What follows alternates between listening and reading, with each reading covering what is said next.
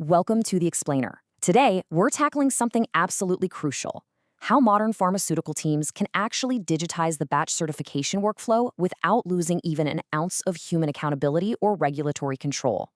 Look, we all know the shift from paper to digital promises speed and clarity, but it also introduces some entirely new risks.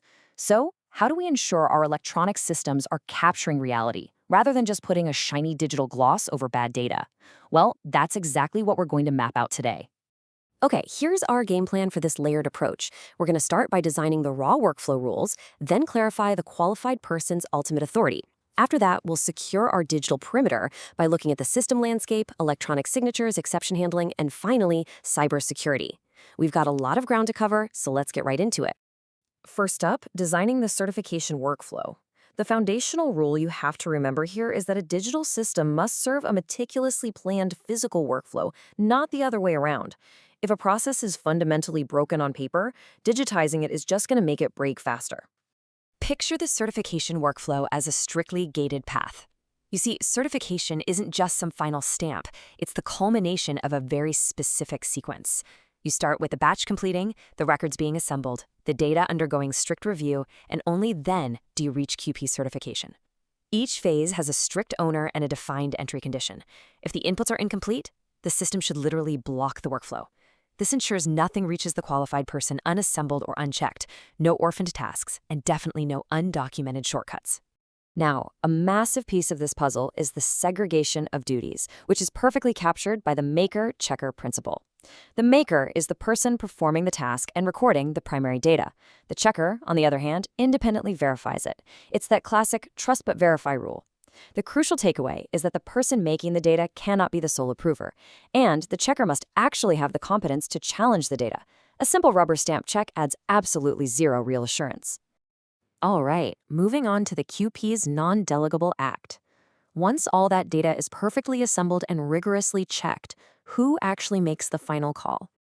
Well, that brings us to the core thesis of our explainer today: automation supports, it does not decide. I love this quote because it cuts right to the heart of digital compliance. A software vendor might try to sell you a system that automatically certifies a batch the instant all the data checks pass. You have to reject that. A green dashboard does not auto-certify a batch. The final certification, confirming GMP and marketing authorization compliance, is always a personal, human judgment made by the qualified person. The system presents the package, but the QP decides, and that final decision must be permanently logged in the certification register. Section 3. Navigating the digital landscape.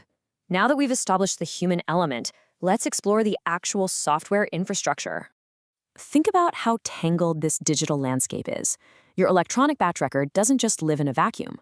You've got your LIMS holding laboratory data, your MES governing manufacturing execution, your ERP handling materials and stock, and your QMS tracking quality events and deviations. Because the QP certification draws evidence from all of these interconnected systems, their boundaries and overlaps have to be strictly governed. You really need to know exactly which software is the ultimate system of record for every single piece of data. So let me throw a scenario at you to test that interconnectedness. What happens if a LIMS to MES interface stops transferring a subset of results after a routine update, but it raises no error? The batch record simply shows those fields as blank. What should the reviewer do here? Is no flag a green light to just proceed? Absolutely not. Silence is not proof. In fact, silent interface failures are one of the most common yet easily missed data integrity traps during system updates. This highlights a massive risk: assuming silent success. If an automated interface fails without an error message and a field is left blank, that blank is a finding to investigate, not a clean pass. Interfaces have to be constantly monitored and source to target reconciled, because data integrity must survive the journey between systems. Which brings us right to our next section: audit trails and e-signatures. Let's look at these specific digital controls that make electronic evidence as trustworthy, if not more so, than paper. An electronic signature is way more than just typing your name on a screen. It's a strict digital control demanding 4 very specific things: identity, intent, meaning, and a permanent link to the signed record. It has to be just as reliable as a handwritten signature. It captures exactly who signed, when they signed, what their intent was, and whether their signature meant reviewed, approved, or certified. And crucially, it's permanently bound to the content, so the record cannot be silently changed later on. Let's put that to the test with a real-world hypothetical. Imagine a busy lab team. We all know how chaotic it gets, right?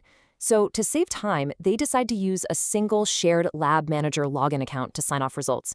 Is this an acceptable workaround to just speed up the workflow? Yeah, no way. It is never acceptable. A shared login completely destroys attributability. Convenience can never, ever override control. If you use a shared account, you don't know exactly who pressed the button, and the integrity of the entire record just collapses. Every single signature must identify a unique, authenticated person, for sure. Then you've got the audit trail. Think of this as the don't hide the history rule. A tidy final value on a screen might look great, but the audit trail shows you exactly how it got there. A good one must capture original values, changed values, the user's identity, the exact date and time, and where required, the reason for the change. And most importantly, ordinary users cannot be able to edit or disable it. A risk-based review of these specific elements is exactly what catches the manipulation or errors that the final output might be hiding. All right, next up, handling exceptions and overrides. Because let's face it, workflows don't always go exactly as planned. Here's another workflow question for you. Can a system let a reviewer clear a data exception flag with a single click, making it vanish with absolutely no recorded reason just to speed up the review process? Once again, that's a hard no.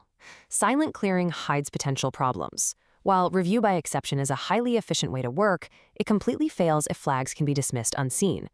Every single override or dismissed flag needs a justified recorded reason in the system. The QP absolutely must be able to see the history of how exceptions were handled before they put their name on that certification. And that brings us to our final layer, system continuity and cybersecurity. How do we protect this entire digital ecosystem from internal failures and external threats? Look, systems go down. It is a fact of digital life. But we have to distinguish between planned downtime, which is scheduled, prepared for, and generally lower risk, and unplanned downtime, which is sudden and carries a really high risk to data integrity because of the pressure to cut corners. Whether it's planned or sudden, certification can only proceed if you have a pre-approved manual or hybrid fallback procedure fully utilized. You cannot just improvise workarounds in the heat of the moment. If the evidence isn't complete under the fallback, certification pauses. Period. Let's wrap up with one high-stakes cybersecurity question. Should a single IT administrator account have the power to edit lab result data and the power to modify or disable the audit trail? Absolutely not. You have got to separate dangerous powers. If one account can change data and then erase the evidence of that change, your data integrity is basically zero. It doesn't matter how much you trust your IT staff, trust is not a substitute for the principle of least privilege. IT admin roles must be strictly separated from quality actions. So, I want to leave you with this final, critical thought. Take a hard look at your systems. Is your digital certification a reliable map of reality, backed by unshakable audit trails, secure signatures, a rigorous certification register, and strict segregation of duties? Or is it just a green dashboard masking the gaps and automating assumptions? Remember, it's the sound controls behind the screen, not the speed of the software, that truly earn reliance. Thanks so much for joining us for this explainer, and we'll see you next time.